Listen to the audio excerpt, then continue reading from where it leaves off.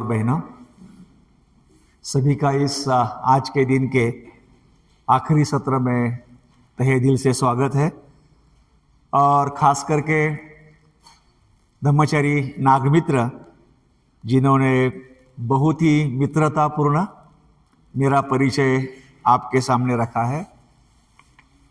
मैं हमेशा कहता हूँ कि अच्छे और दिलदार अगर मित्र रहे तो हमेशा अपने मित्र की तारीफ या उसके बारे में जो बताते हैं मित्रतापूर्ण, वो निश्चित ही एक प्रशंसनीय होता है। और वैसी बात नागमित्र जी ने अभी अभी मेरे बारे में की है, तो मैं उनके प्रति बहुत ही कृतज्ञ हूँ।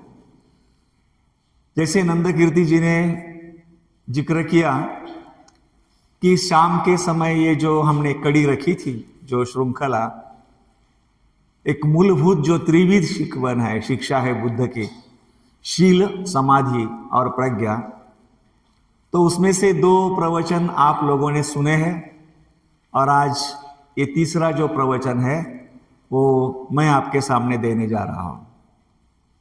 मुझे ठीक से याद नहीं आ रहा है, अगर मेरा गलत हो तो कोई मुझे सुधार भी सकता है हमारे धम्मचारियों से या जिन्होंने भी पढ़ा है उनसे, कि जब उर्गेन संघरक्षी जी ने ये प्रवचन मालिका दी थी तो उन्होंने इसके लिए कुछ खास ऐसे शब्द दिए थे।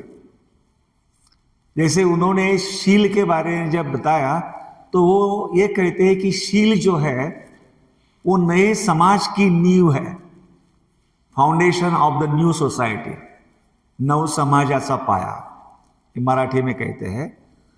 और जब उन्होंने समाधि के बारे में जिक्र किया तो उस समय उन्होंने ये कहा, ये जो समाधि की जो स्थिति या अवस्था है, वो अवस्था यानी मानो ये धम्म क्रांति का एक बीज है, सीड है फॉर धम्म रिवोल्यूशन, कि जो व्यक्ति के मन का परिवर्तन करे या मन में बदलाव लाए।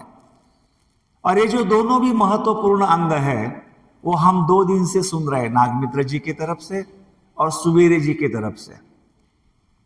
शील कितना महत्वपूर्ण है वो भी हमने जान लिया है, समाधि कितनी महत्वपूर्ण है वो भी हमने जान लिया है। वैसे देखा जाए तो समाधि की जो स्थिति है वो शील पर निर्भर होती है। जितना शील प्रामाणिक, जितना शील गंभीर और गहरा, उतना शुद्धिकरण और सरल और सहज होता है। और जितना शुद्धिकरण सरल और सहज होता है उतनी हमारी जो अकुशलता या नकारात्मकता है वो मिटाने में हमें सहजता प्राप्त होती है। और समाधि का दूसरा नाम यही है कि हमारे अंदर कोई भी बाधा के बगैर हमेशा चलते रहने वाला जो सकारात्मक भावनाओं का जो प्रवाह होता है, uninterrupted flow of pure skillful positive mental state, हमारे अंदर जो भी शुद्ध कुशल जो भावनाएं होती है उनका जो प्रवाह होता है, जिसमें कोई खंड नहीं है, कोई बाधा नहीं है, ऐसी जो मन की स्थिति है जो शीलाचरण से और ध्यान के संयोग से हमें प्राप्त होती है। और जब हम दोनों अवस्था में रहते हैं तो प्रज्ञा के तरफ बढ़ने में हमें आसानी होती है, या प्रज्ञा के तरफ बढ़ना हमारे लिए सहज होता है। अभी बहुत बार ये जो है हमें समझ लेने के लिए कभी कभी कठिनाई या दिक्कत महसूस होती है कि ये जो प्रज्ञा जो शब्द है, जो ज्ञान से भी जुड़ा है, जो विज्ञान से भी जुड़ा है और जो प्रज्ञा से भी जुड़ा है, इसका जो मूल रूट है, जड़ है, वो एक ही प्रजाति से आती है। ज्ञान हो या विज्ञान हो, उसी प्रजाति से जुड़ा हुआ ये प्रज्ञा शब्द है।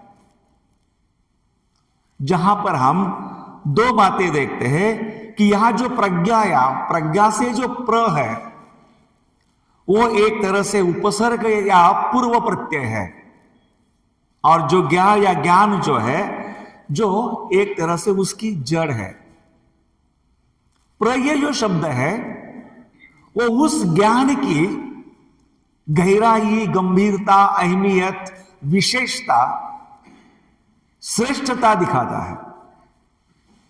और बहुत बार हम प्रज्ञा को समझते समय कभी कभी संभ्रमित होते हैं कि प्रज्ञा यानी हमारा जो स्कूली ज्ञान है, महाविद्यालयीन ज्ञान है, जहां विद्यापीठ में पढ़ते हुए हमने जो हमारी डिग्रियां हासिल की है, वो हमारा जो ज्ञान है या ज्ञान का भंडार है,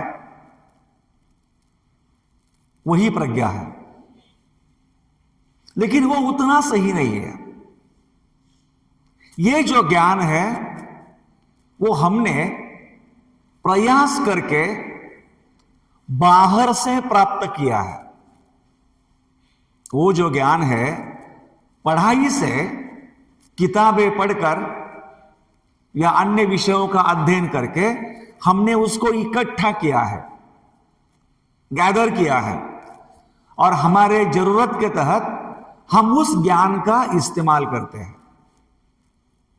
लेकिन जहां तक प्रज्ञा है, वो प्रज्ञा बाहर से नहीं, लेकिन आपने प्राप्त किया हुआ ज्ञान और साथ साथ आप उस ज्ञान को अपने जीवन में किस तरह से धारण कर रहे हैं, ढाल रहे हैं, इन दोनों के संगम से, इन दोनों को साथ साथ ले चलते हुए सैद्धांतिक और आचरणात्मक उन दोनों से जो आपकी अंदरूनी जो समझ बढ़ती है, अंडरस्टैंडिंग बढ़ती है, अनुभूति बढ़ती है, जीवनानुभूति बढ़ती है, और उससे आपको जो सच्चाई का, सत्य का जो ज्ञान होता है, जो दर्शन होता है, उसको एक तरह से हम प्रज्ञा कहेंगे, या उसको एक तरह से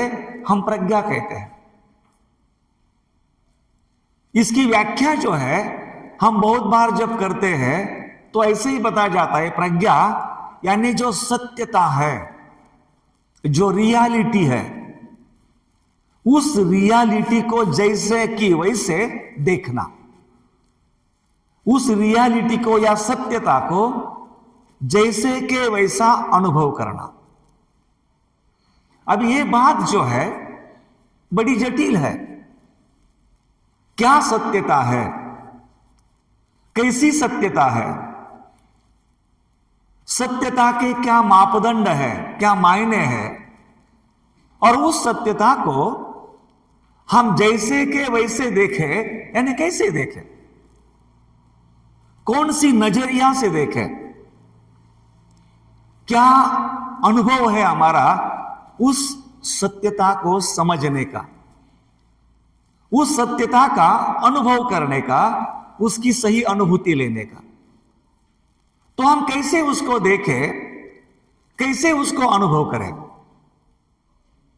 तो बहुत बार इसका जब जिक्र किया जाता है तो बुद्ध की शिक्षाओं में ऐसा ही कहा जाता है कि ये जो 3 लक्षण है वो एक सत्यता है, और इस 3 लक्षणों को या 3 लक्षणों को, 3 जो साइन है उनको जैसे के वैसे या जैसे या वैसे देखने का और अनुभव करने का हमारा जो नजरिया है, हमारा जो अनुभव है, उस अनुभव को हम प्रज्ञा कहेंगे।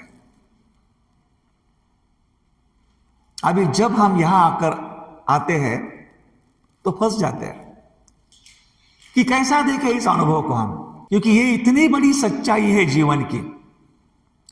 पहला लक्षण है अनित्य या इम्परमानेंस। दूसरा लक्षण है दुख, जो कोई भी नहीं चाहता। और तीसरा लक्षण है अनात्मा। तीनों शब्द समझते हैं, तीनों शब्दों की व्याख्या भी हम समझ सकते हैं, लेकिन तीनों शब्दों के व्याख्या के परे ये शब्द हमें जीवन की क्या शिक्षा देते हैं, उस शिक्षा को समझना ये केवल शब्दों का खेल नहीं है, या मस्तिष्क या बुद्धि की बात नहीं है। क्योंकि शब्दों से परे जाकर उन सिद्धांतों का अर्थ जीवन के साथ जोड़कर समझना और उसका अपने जीवन से ताल्लुकात जोड़ना, यह बड़ी बात है और बड़ी महत्वपूर्ण बात है। जैसे हम कहते हैं कि सब कुछ अनित्य है। इस संसार में जितनी भी संस्कारित वस्तुएं हैं, चीजें हैं, जो किसी बाह्य चीजों से बनी हुई है, जिसका हम भी एक इंसान करके हिस्सा, वो हर चीज परिवर्तनशील है, वो हर चीज बदलने वाली है। और जब बदल है तो बदल ही हमारे अंदर, परिवर्तन ही हमारे अंदर भय, डर या असुरक्षितता निर्माण करता है। और इसीलिए हम परिवर्तन को देखना ही टालते हैं, हम परिवर्तन के तरफ नजरअंदाज करते हैं, क्योंकि वो परिवर्तन को स्वीकारना एक डरावना होता है। हम चाहते हैं कि हम जैसे हैं वैसे ही रहे, हम जिस परिस्थिति में हैं उसी परिस्थिति में रहे, वो परिस्थिति बदले ही ना। उसमें भी कभी कभी दो बातें होती है। जब परिस्थिति सुखाव या सुख देने वाली होती है तो तृष्णा या लालचा बढ़ती है और वो परिस्थिति हमेशा रहे ऐसा लगता है, बदलने के लिए जी नहीं चाहता। लेकिन परिस्थिति दुखदायक हो, पीड़ादायक हो, तो उस पीड़ा को फेंकने के लिए जी चाहता है कि मैं पीड़ा में नहीं रहना चाहता हूं। ये परिवर्तन है, बदल है। और बदल शब्दों से, किताबों से, या आपको उसके लिए यूनिवर्सिटी में जाकर पढ़ना है, ऐसी बात नहीं है। हम जहां रहते हैं वहां हम बदल का अनुभव ले सकते हैं, वहां भी बदल अनुभवते हैं। बहुत बार मैं अपने रोजमर्रा के जीवन के उदाहरण देता हूं, लेकिन बहुत बार उस उदाहरण को देखने के लिए हमारे पास ना समय होता है ना रुचि होती है। जैसे रोज सुबह दिन उगता है सूरज आने से, और रोज रात को अंधेरा होता है सूरज के जाने से। तो ये सूरज है ना, हमारे आंखों में उंगली डालकर हमें रोज सिखा रहा है कि जिसकी शुरुआत है उसका अंत भी है। तो चीजों का निर्माण होना, चीजों का कुछ समय तक रहना या रुकना, और समय निकल गया तो उसके बाद खत्म होना, नष्ट होना, ये स्वभाव है। जैसे दिन में हम देखते हैं सूरज है तो दिन है, सूरज ढल गया तो रात है। लेकिन कभी 48 घंटे रात नहीं रुकती, या कभी 48 घंटे दिन नहीं रुकता। वो जो साइकिल है, वो जो चक्र है, रोज आने वाला है, रोज जाने वाला है। रोज हमारी घड़ी बताते हैं कि किस तरह से समय चलता है। हमारे घर में हम जो कैलेंडर लगाते हैं, हर महीने में हम पन्ना पलटते हैं, लेकिन वो कागज पलटते समय कितने लोग गौर से सोचते हैं कि 12 में से एक चला गया। 31 दिसंबर तक जब हम पुराना कैलेंडर निकाल के फेंक देते हैं, तो कितनी बार हम सोचते हैं कि जीवन का 1 साल कम हो गया। जीवन में जितने मेरे उम्र है उसमें से मैंने 1 साल गंवा दिया है। इसकी हमारी कितनी गंभीरता होती है, इसके बारे में हम कितने सजग होते हैं। हमारी बच्चियां, हमारे बच्चे बेचारे रोज सुबह रोज शाम को यहां जितने भी पेड़ हैं, उन पेड़ों से जो भी पत्ते गिरते हैं वो झाड़ू लगाते हैं, निकालते हैं, और सभी झाड़ू निकालकर पत्ते को एक जगह इकट्ठा करते हैं। लेकिन कभी हम सोचते हैं क्या कि ये सूखा हुआ पत्ता गिर जाता है तो मानो ये निसर्ग हमें सिखा रहा है कि हर पत्ते की यही स्थिति होती है, जब वो सूख जाता है तो गिरना ही है। फूल का उमलना, मुरझाना और फिर से कूड़ेदानी में चला जाना, ये फूल का स्वभाव है। अगर कोई कांच की चीज है हमारे हाथ से गिर गई, उसका टूट जाना ये कांच का स्वभाव है। और उसी तरह से एक दिन पैदा होना, जिंदगी जी लेना, और जब सांस रुक जाएगी तो घाट के पर चले जाना, यह भी जीवन का स्वभाव है। लेकिन जब तक ये अनित्यता चीजों तक सीमित रहती है तो थोड़ा थोड़ा मन उसको समझने के लिए तैयार होता है। लेकिन एक दिन मैं भी जाने वाला हूं, ये जब सामने आता है विचार, तो फिर ठंडी के दिनों में भी पसीना आ जाता है। ये कैसा होगा, मैं जाने के लिए थोड़ी आया हूं। लेकिन जाना ये हर जीवन की सच्चाई है, क्योंकि अनित्य है। हम ये बता रहे हैं कि भगवान बुद्ध को होकर 2577 साल गए। जिस भगवान बुद्ध ने पूरे दुनिया को ये 3 लखन बताए, लेकिन उन्होंने तो अपना भी मृत्यु नहीं टाला ना, नहीं रोक सके ना। सारीपुत्र को नहीं बचा सके, मोगलान को नहीं बचा सके, आनंद को वो जीवन दान नहीं दे सके। भगवान बुद्ध है, वहां से लेकर आज तक हम देखते हैं कि एक तरफ मरने वालों की संख्या है, एक तरफ पैदा होने वालों की संख्या है। यह जीवन का एक सत्य है। उस सत्य को हमने भावना से सत्य के रूप में समझना है, ना तो केवल बौद्धिक दृष्टि से, ना तो केवल इंटेलेक्चुअल लेवल से। और मैं भी उस सत्य का एक भाग हूं, मैं भी उस सत्य का एक हिस्सा हूं। और इसीलिए फिर हम देखते हैं ये अनित्यता जो है वो फिर हमें दुख में ढकल देती है। और दुख तो दुख ही है। दुख के कई प्रकार हैं, लेकिन मैं उसमें नहीं जाना चाहता या ज्यादा समय नहीं बिताना चाहता। हम थोड़ा विधायक देखेंगे, सकारात्मक देखेंगे। लेकिन केवल आपके कानों पर से जाने के लिए एक ही बात बताता हूं कि भगवान बुद्ध ने दुख के ऐसे कुछ कारण बताए हैं जो मूलभूत है, जो बदलते नहीं है, जो सत्य है, और वो विश्व में जैसे कि वैसे ही है। तो पहले 4 है, जैसे भगवान बुद्ध कहते हैं कि जन्म जो है इंसान का वो दुखदायक है, बुढ़ापा दुखदायक है, व्याधि, पीड़ा, बीमारी दुखदायक है।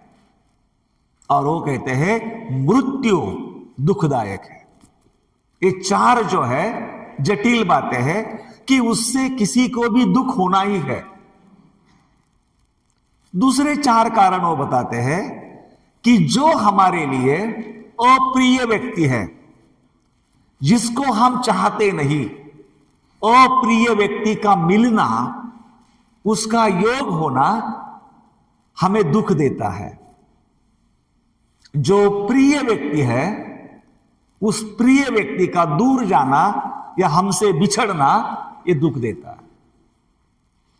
और तीसरा जो है वो है हमारी जो अपेक्षाएं है, वो अपेक्षाएं जीवन में पूरी नहीं होती, उसका दुख है, जिसे हम असमाधान का दुख कहते हैं, सफरिंग ऑफ अनसेटिस्फैक्टरीनेस। जो इंसान चाहता है वैसा कभी होता नहीं है, और जो नहीं चाहता है वही हमारे सामने खड़ा होता है। तो इस परिस्थिति को देखकर बड़ी मुसीबत पैदा होती है, बड़ी कठिनाई महसूस होती है कि यार क्या ये तो मैंने कभी चाहा नहीं था। जो चाहा वो मिलता नहीं, जो नहीं चाहता है वही मुझे मिल रहा है। तो ये जो असमाधान का जो दुख है वो हमें हर दिन पीड़ा देता है, हमें हर दिन परेशान करता है, हमें हर दिन तकलीफ देता है, और इसीलिए हमें उसको भी समझना है। तीसरी जो आठवीं बात जो है वैसे वास्तविकता, लेकिन दूसरे जोड़ी में चौथी बात वो है जो हमारा अस्तित्व जो पंचस्कंधों से बना हुआ है, तो उसका होना ही दुखदायक है। उसकी जो प्रक्रिया है, जो क्रिया है, वही दुखदायक है। मैं केवल आपके इंफॉर्मेशन या जानकारी के लिए बता रहा हूं, उसमें डिटेल में जाने के लिए अब मेरे पास उतना समय नहीं है, क्योंकि मैं ज्यादातर इसका जो नकारात्मक अंग है उससे आपको सकारात्मक अंग के तरफ लेकर जाना चाहता हूं। और फिर जो तीसरी जो दुख की बात है वो बात है अनात्मा। यानी संसार में कोई भी चीज ऐसी नहीं है जो ठोस है, पक्की है, भक्कम है, जिसमें कोई अस्तित्व है।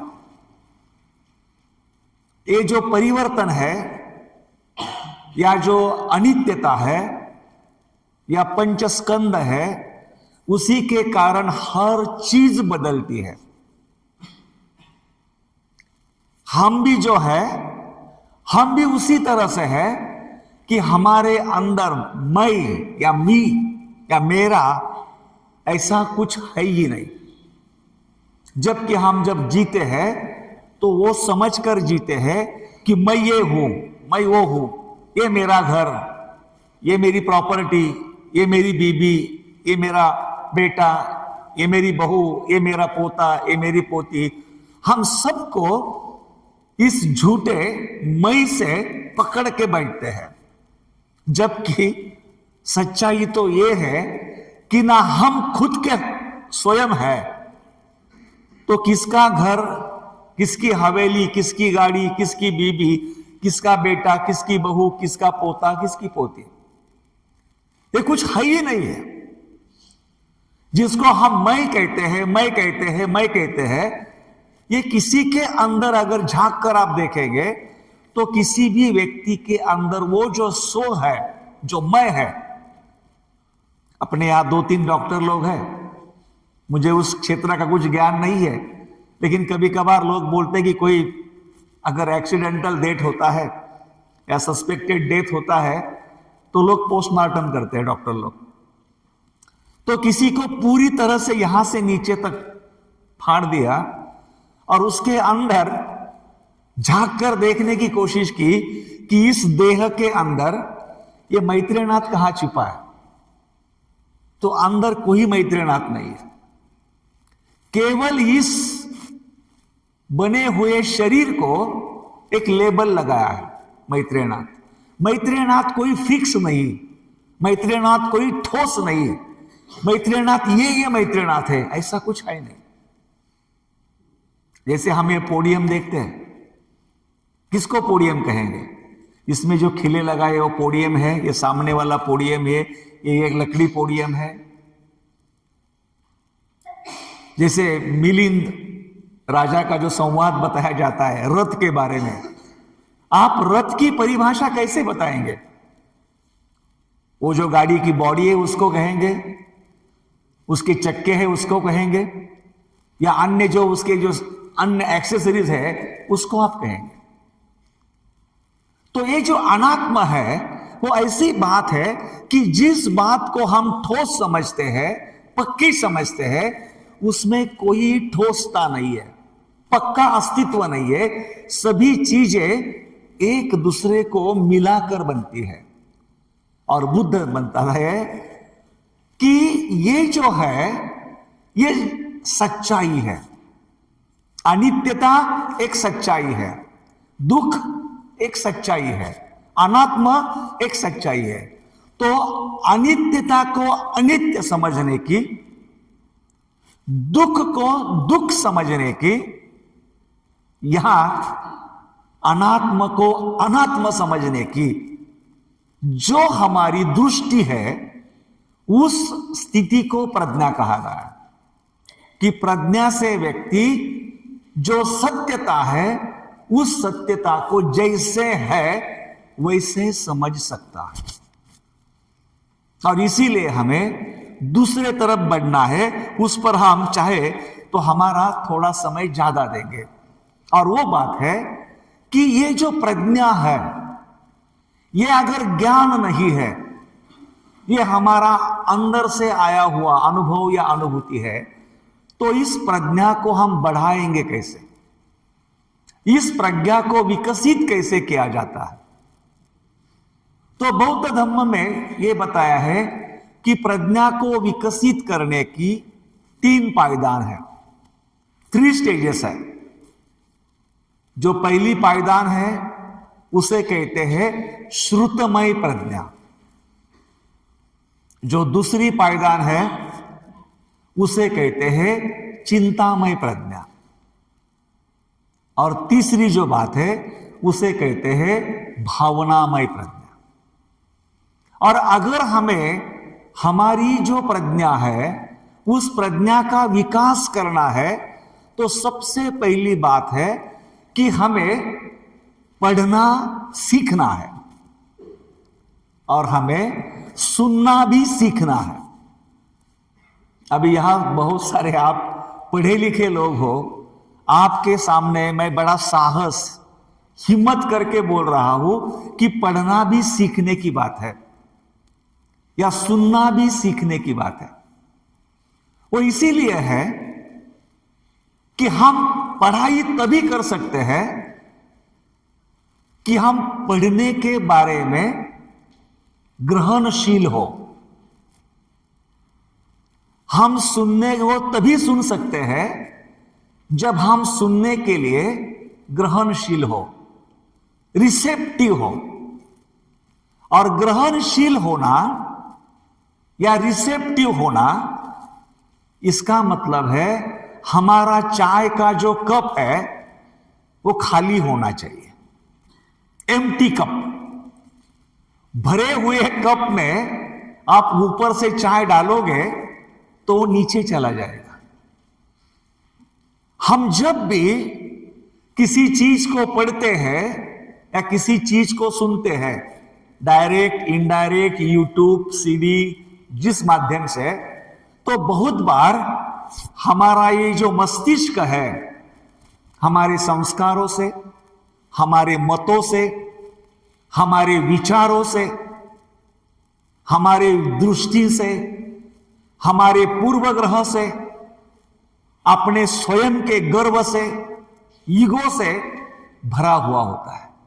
और जब हम भरे हुए होते हैं तो भरे हुए कप में ऊपर से कितना भी चाय डालो वो कप के अंदर नहीं जाएगा, वो नीचे गिरता है।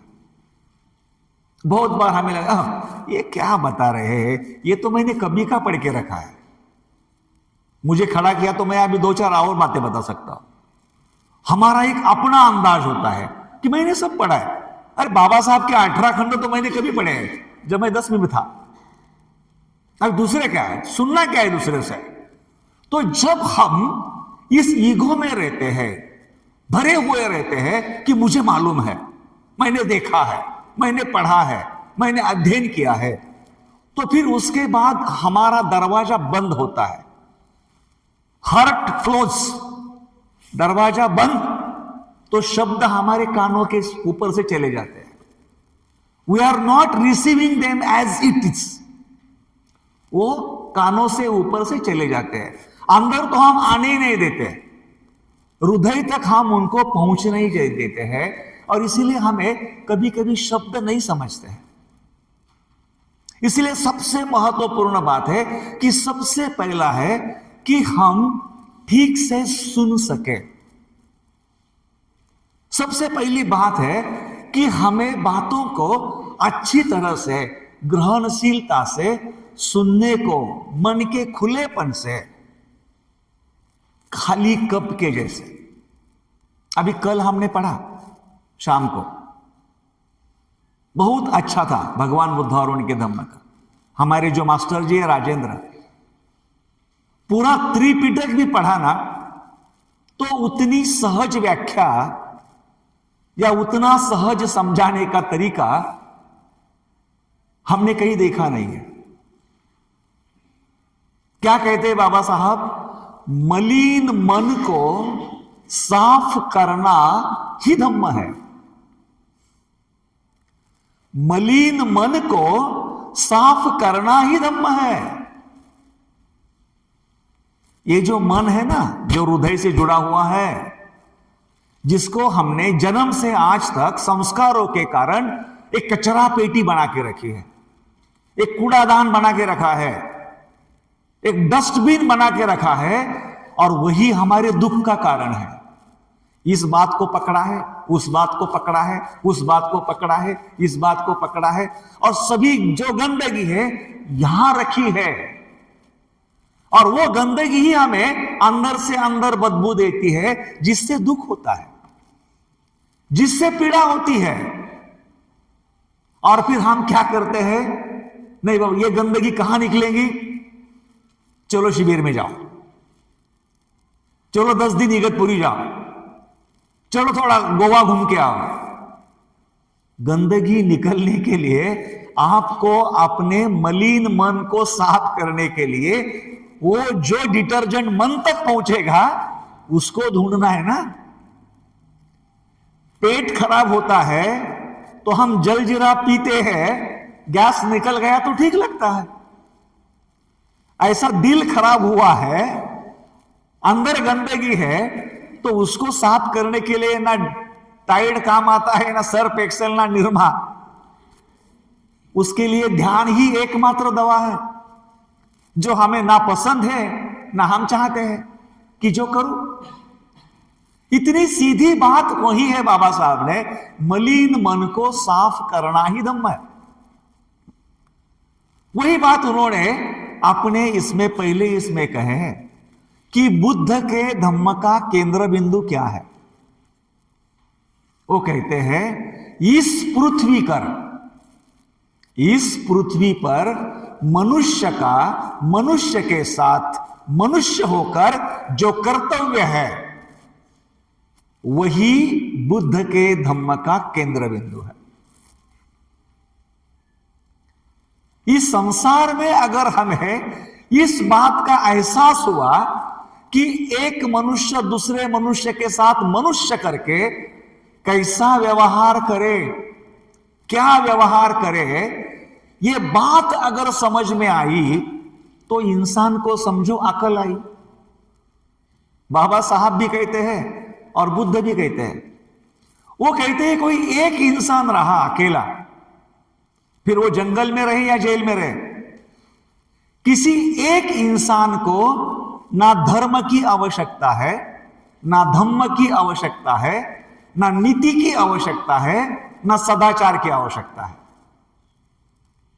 नीति, धर्म, धम्म, सदाचार, ये बातें तब निर्माण होती है जब एक इंसान दूसरे इंसान के साथ मिलता है,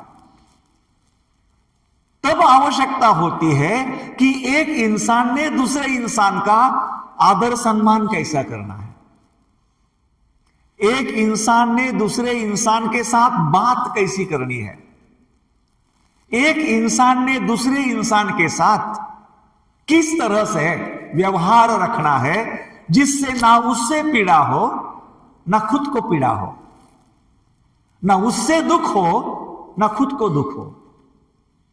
और यह करने के लिए हमें शीलों की आवश्यकता है, यह करने के लिए हमें सदाचार की आवश्यकता है, जो सदाचार सबसे महत्वपूर्ण बात है। और पहले ही दिन हमें नागमित्र जी ने शील के माध्यम से बताया। हम बहुत पढ़ते हैं, पढ़ने में कोई शक नहीं है। जैसे कबीर दावा कहते हैं, कबीर साहब, माटी कहे कुमार को क्यों तू मुझको रोंधे, एक दिन ऐसा आवे कि मैं रोंधूंगी तो है। मराठी में हम लोग कहते हैं ना, माती सांगे कुंभाराला का मजला तुडविशी, अरे तुझासा आहे शेवट वेड्या माझ्या पायाशी। कितने लोग समझते हैं कि हम स्वयं एक मिट्टी है। अगर हम हमारे अंदर की मिट्टी समझते हैं तो अहंकार तो वही की वही गिर जाएगा ना। और जब अहंकार टूटता है वही तो प्रज्ञा जन्म लेती है। प्रज्ञा का जन्म कहां से होता है? आसमान से थोड़ी होता है। जब तक अहंकार है, ईगो है, तब तक हमारे पास भी रही तो वो प्रज्ञा हमें दिखाई नहीं देती, वो प्रज्ञा हमारे हाथ में नहीं आती। जैसे जैसे अहंकार टूटते जाएगा वैसे वैसे प्रज्ञा हमें दिखाई देगी। लेकिन अहंकार हमने इतना मजबूत बना के रखा होता है कि उसको डिटोनेटर लगाए तो भी वो टूटता नहीं। हम टूटेंगे लेकिन अहंकार नहीं टूटेगा, ऐसी हमारी मानसिकता होती है। दूसरा एक कबीर जी का ही विधान है, पत्ता टूटा डाल से ले गई पवन उड़ाए, पत्ता टूटा डाल से ले गई पवन उड़ाए, अब के बछड़े कब बिछड़े कब मिले, कौन पता कहीं गिर जाए।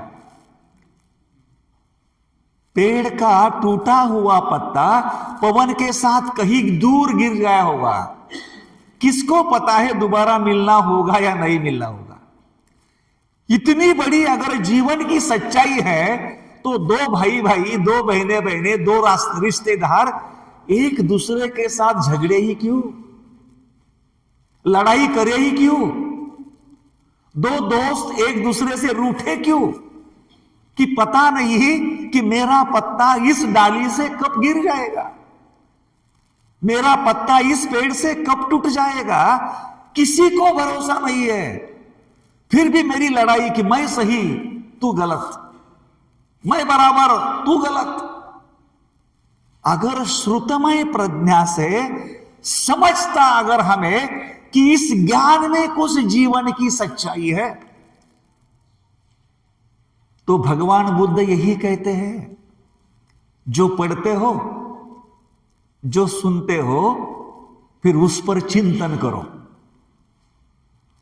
उन्हीं बातों को ले लो और उनको जीवन के साथ जोड़ो।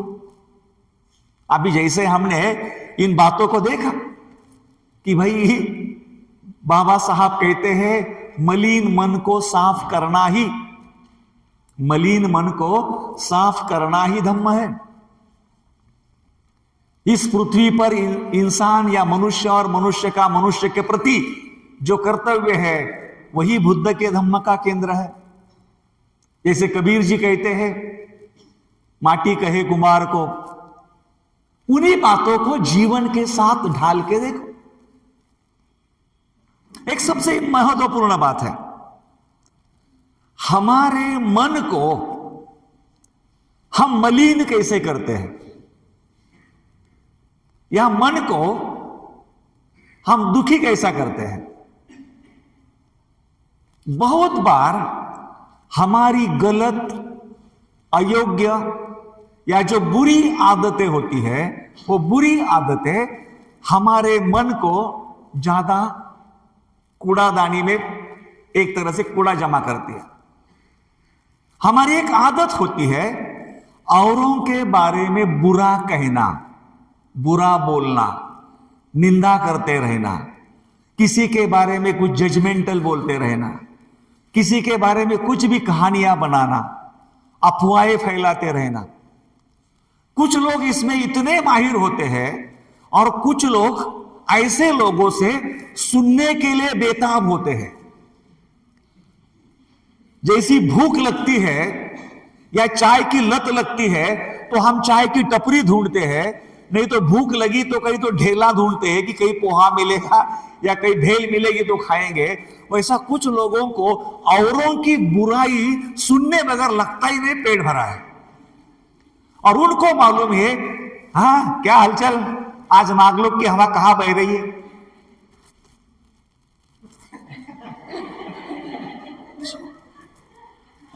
10 मिनट में पूरे नागलोक की हवा गई। जिसको सुनता है उसको लगता है मैंने मक्खी खाई है, उसको लगता है मैं कभी भाई उल्टी करूं, वो दूसरे को ढूंढता है, अरे इधर आ, बहुत बढ़िया। वो अपना पेट खाली करता है और दूसरे को देता है गंदगी, उसको लगता है ये कहां रखूं मैं अभी, वो तीसरे को ढूंढता है। बुरी बातें प्रसारित होने के लिए जितना काम आकाशवाणी नहीं करती, टीवी नहीं करता, मीडिया नहीं करता, इतना ऐसे कुछ लोग होते हैं गिने चुने, वो करते रहते हैं। और उससे सबसे ज्यादा हम हमारे दिल की बीमारी बढ़ाते हैं। तो एक आदत लगाओ, किसी की भी तरफ से किसी की निंदा सुनो ही मत, किसी के भी मुंह से किसी के बारे में गलत सुनो ही मत। जब लोगों को यह पता चलेगा कोई भी व्यक्ति आपको दूसरे के बारे में बुरा कहने के लिए नहीं आएगा। नहीं तो एक काम करो, आप कोई अगर किसी की शिकायत, बुराई या निंदा करने के लिए आया तो उसको बिठाओ, कॉफी पिलाओ, और वो जिसके बारे में बोल रहा है उसको भी बुलाओ। उसको बोलो ये तू डबल कॉफी पी ले, और पहले को बोलो कि तू जो अब भी मुझे बताया है वो सब बता, और तेरे मुंह से नहीं बोलता है तो मैंने रिकॉर्ड किया है, मैं रिकॉर्ड चालू करूं क्या, उसको सुनने दो कि तेरे दिल में उसके बारे में क्या है। गंदगी चली जाएगी, गंदगी चली जाएगी। लेकिन इंसान की ये जो बुरी आदतें हैं, बुराई करना, बुराई सुनना, उससे सबसे ज्यादा हम अपना कूड़ा बढ़ाते, कूड़ा कचरा बढ़ाते। और इसीलिए जो बुद्ध ने कहा है कि सुनो, ग्रहण करो, उसके ऊपर चिंतन करो। श्रुतमय प्रज्ञा जो है ये बहुत ही महत्वपूर्ण बात है। श्रुतमय प्रज्ञा जो है ये बहुत ही महत्वपूर्ण बात है कि आप खुलेपन से कुछ पढ़ रहे हैं, आप खुले मन से कुछ सुन रहे हैं। जब आप पढ़ोगे, जब आप सुनोगे, तो पढ़ने या सुनने के बाद आप उसके ऊपर चिंतन कर सकते हो, आप उसके ऊपर गौर कर सकते हो। और जब आप उसके ऊपर गहराई में जाओगे, चिंतन करने से, गौर करने से, फिर जो तीसरी पायदान आती है या तीसरी बात आती है, वो तीसरी बात है भावनामय प्रज्ञा। और भावना जो अंग है, ये भावना अंग हमारे ध्यान के अंग से जुड़ा हुआ है। अभी जैसे मैंने कल चलते चलते आपको बताया कि ध्यान दो तरह के होते हैं, एक जो है समता मेडिटेशन और दूसरा जो है विपस्सना मेडिटेशन। हमारे बिखरे हुए सो को, एनर्जी को जो आनापानसती इकट्ठा करता है, और जब हमारा पूरा जो सो है, बिखरी हुई ऊर्जा इकट्ठा होती है, और उस पार्श्वभूमि में जब हमें हमारे अंदर की जो नकारात्मकता दिखाई देती है, अकुशलता दिखाई देती है, तो मैत्री भावना से हम उसको सकारात्मक बनाते हैं। तो ये जो दोनों ध्यान है, इन ध्यानों को समथा मेडिटेशन कहते हैं। समथा यानी कामिंग डाउन, आपको स्थिर किया है, आप शांत हुए हैं। जैसे कल किसी ने बताया कि जब किसी झील का पानी हिलता है, चलते रहते ही वेव्स, तो उसमें से हम ठीक देख नहीं सकते। लेकिन जब समुंदर या झील शांत होता है तो उससे हम अच्छी तरह से देख सकते हैं, क्लैरिटी आती है, स्पष्टता आती है। और जब हम ठीक तरह से समता का अनुभव लेते हैं तो समता के अनुभव से फिर हम विपस्सना की तरफ बढ़ते हैं। और विपस्सना का जो अनुभव है, वो विपस्सना का अनुभव हमें सत्यता जैसी है वैसी समझने के लिए वो दृष्टि देता है। लेकिन फिर ये विपस्सना का अनुभव आता कैसा है? विपस्सना का जो अनुभव है वो शांत होने के बाद, जब हम हमारे अंदर के जो भी विकार है, जो अश्रव है, जो 5 बातें कल सुबीर ने बताई, अस्वस्थता बताई, अहंकार बताया, मान बताया, और फिर 3 बीज जो है हमेशा के, तृष्णा, दोष, द्वेष और अज्ञान, वो बताए। 5 बीज बताए उन्होंने। 5 हिंड्रेंसेस है ध्यान के, जो 5 हिंड्रेंसेस है वो भी है। ये हमें समझने लगते हैं, उन पर जब हम कार्य करने लगते हैं तो वो फिर धीरे धीरे शांत हो जाते हैं, नीचे बैठ जाते हैं।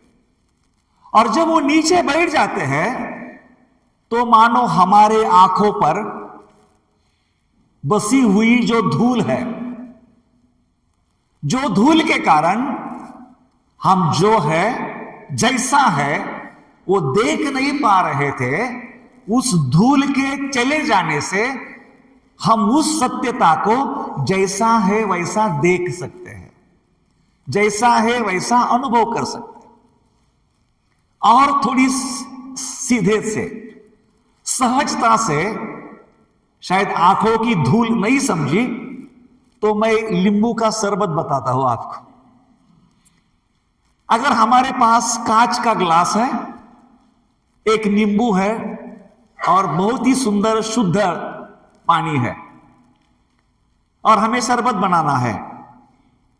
हमने नींबू काटा, उसको मरोड़ा, वहां पर नींबू के जो पूरे सीधे नीचे दिखते हैं, शक्कर डाली, घुमाया तो पानी हमें गंदा दिखने लगता है, और हमारे पास छानने के लिए कुछ भी नहीं है।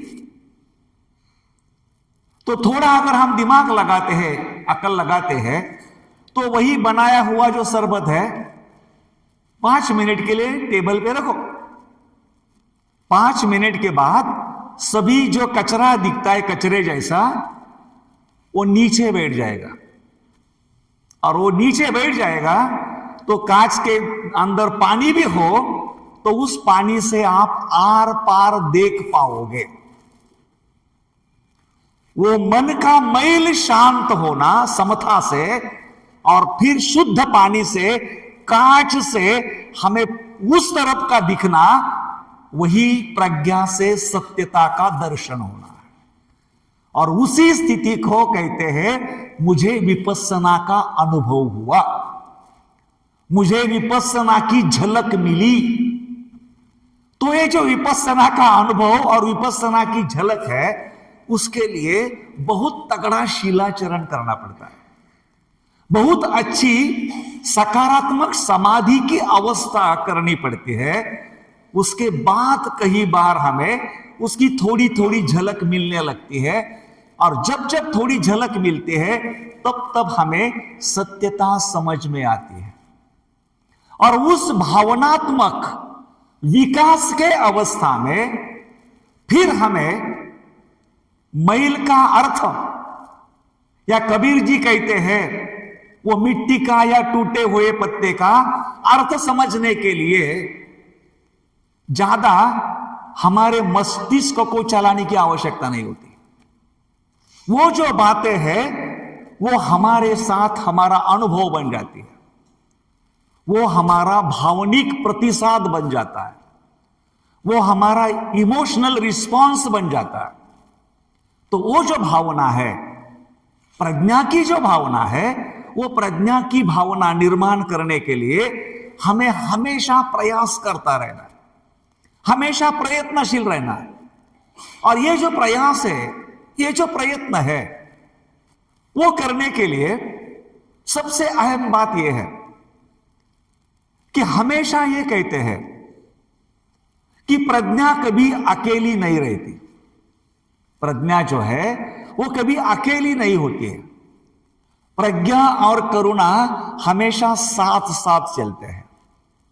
जहां करुणा है वहां प्रज्ञा है, जहां प्रज्ञा है वहां करुणा है। और फिर हमारे पास दो विकल्प है। अगर हमें प्रज्ञा बढ़ानी है और प्रज्ञा बढ़ाना थोड़ा कठिन लग रहा है, तो करुणा तो आसान है। ये हृदय है, उसको करुणावान बनाओ, मैत्री से फुलाओ और लोगों की सेवा करो, लोगों को मदद करो, लोगों को अपना समझो, लोगों को अपनापन दे दो। जैसी जैसी करुणा बढ़ेगी वैसी वैसी प्रज्ञा बढ़ेगी। जैसी जैसी करुणा बढ़ेगी वैसी वैसी प्रज्ञा ही बढ़ेगी। मैं हमेशा कहता हूं कि ये जो कार्य है वो कार्य करने के लिए हमारे अंदर सकारात्मकता होनी चाहिए, हमारे अंदर विधायकता होनी चाहिए। और वो जो सकारात्मकता और विधायकता के लिए हमने जैसे शीलों का आचरण है, जैसे समाधि का आचरण है, उसी के साथ साथ हमने पूजा भी करनी चाहिए। हमारी श्रद्धा को बढ़ाना चाहिए। हमारा श्रद्धा का अंग जैसे जैसे विकसित होगा, जैसे जैसे बढ़ेगा, उतनी हमारी मन की स्थिति और सकारात्मक होगी और विधायक होगी, उसकी ऊंचाई बढ़ेगी। और बुद्ध धम्म में ऐसा कहते हैं कि जब हमारी श्रद्धा सही श्रद्धा होती है और वो श्रद्धा भक्कम होती है, तो एक ऐसा मोड़ आता है कि उस श्रद्धा के जरिए हमारा जो चित्त है या हमारा जो मन है, उस मन की अवस्था उस ऊंचाई तक पहुंचती है जिस ऊंचाई को प्रासाद चित्त कहते हैं। और मन की अवस्था उस प्रासाद चित्त की तहत पहुंचना, यानी हमारे अंदर का जो अहंकार है वो अहंकार पूरी तरह से टूट जाना। और जब अहंकार टूट जाता है तो मैं नहीं रहता, तू नहीं रहता। जब अहंकार टूट जाता है तो मैं ही तू है और तू ही मैं हूं। और करुणा के लिए जब तक सामने वाले का दुख मुझे मेरा नहीं लगता, तब तक मैं उसका दुख मिटाने के लिए वहां दौड़ के नहीं जा सकता। और इसीलिए दलाई लामा जी, संघरक्षित, जो भी कुछ बौद्ध पंडित है, वो यही कहते हैं कि समाधि का रास्ता थोड़ा कठिन लगता है तो थोड़ा करुणा का रास्ता अपनाओ, लोगों से बनो, लोगों को मदद करो, लोगों को सहायता दे दो, अपने अंदर की करुणा बढ़ाओ और उस करुणा के रास्ते से भी आप प्रज्ञा तक पहुंच सकते हैं। अभी देखो, समाधि के लिए ध्यान करना पड़ता है और ध्यान हमारा पसीना निकलता है, बराबर ना? तो ये जो ध्यान करने से समाधि के तरफ हम जो बढ़ते हैं ना, उस स्थिति को और एक अलग उदाहरण से मैं आपको बताता हूं। मानो आप किसी पहाड़ पर साइकिल से चढ़ रहे हैं, तो आपको मालूम है जब पहाड़ के ऊपर हम चढ़ते हैं तो हमें ज्यादा शक्ति लगानी पड़ती है, ज्यादा कष्ट करने पड़ते हैं, हमें ज्यादा मेहनत करनी पड़ती है और ज्यादा मेहनत हमें पसीना लाती है। लेकिन अगर हम हमारी साइकिल से उस पहाड़ तक कड़ी मेहनत से सहजता से पहुंचे, तो फिर पहाड़ से नीचे उतरते समय हमें क्या आनंद मिलता है? हमें कौन सी खुशी मिलती है कि जब हम पहाड़ से उस पार जाते हैं तो हमें पैडल लगाने की आवश्यकता ही नहीं पड़ती है। बिना कष्ट किए हुए, बिना मेहनत करते हुए हमारी जो साइकिल है बड़ी आसानी से और आराम से हमें हमारे मुकाम तक पहुंचाती है। तो भाई और बहनों, ये जो पहाड़ पे चढ़ना है ना, वो समाधि के जरिए प्रज्ञा को हासिल करने तक पहुंचना है। और जब आप पहाड़ के ऊपर पहुंचोगे तो मानो आपको प्रज्ञा हासिल हुई है। फिर उस प्रज्ञा के जरिए आपका जो अगला जो प्रवास या यात्रा है, वो यात्रा आप बड़ी सहजता से, आसानी से कर सकते हैं। और इसीलिए ऐसा कहा जाता है कि ये जो प्रज्ञा और ये जो समाधि है वो एक दूसरे के साथ बहुत जुड़े हुए हैं।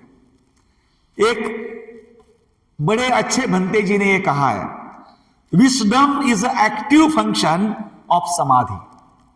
वो कहते हैं wisdom is a active function of समाधि एंड समाधि is a passive aspect of wisdom. ये जो प्रज्ञा है वो प्रज्ञा मानो समाधि का एक क्रियाशील कार्य है, और समाधि ये प्रज्ञा का एक स्थिर ऐसा पहलू है, एक सहज ऐसा पहलू है। दोनों एक दूसरे के साथ जुड़े हैं, लेकिन वो तब तक हासिल नहीं हो सकते जब तक शीलों का फाउंडेशन, शीलों की नींव हमारी भरभक्कम नहीं होती, मजबूत नहीं होती। और इसीलिए अगर हमारे धम्म जीवन में हमें परिवर्तन लाना है, हमें विकसित होना है, तो इन तीनों को साथ लेकर हमें चलना है।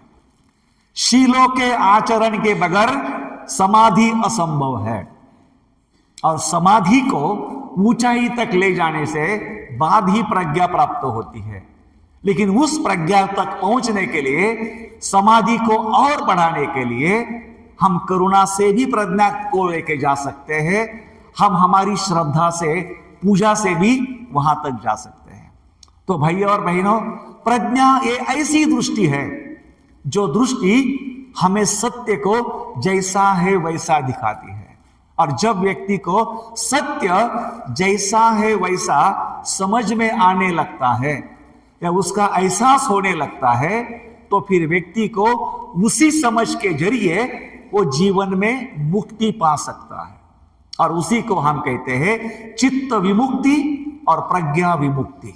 समाधि के जरिए हम हमारे चित्त के सभी मलों की सफाई करते हैं, और प्रज्ञा के जरिए हम हमारे अंदर के सभी मिथ्या दृष्टियों का विनाश करते हैं, मिथ्या दृष्टियों को हम खत्म करते हैं। और जब हम सही मायने में वो शुद्ध अवस्था में पहुंचते हैं, वही निर्वाण की स्थिति है, वही बुद्धत्व की स्थिति है।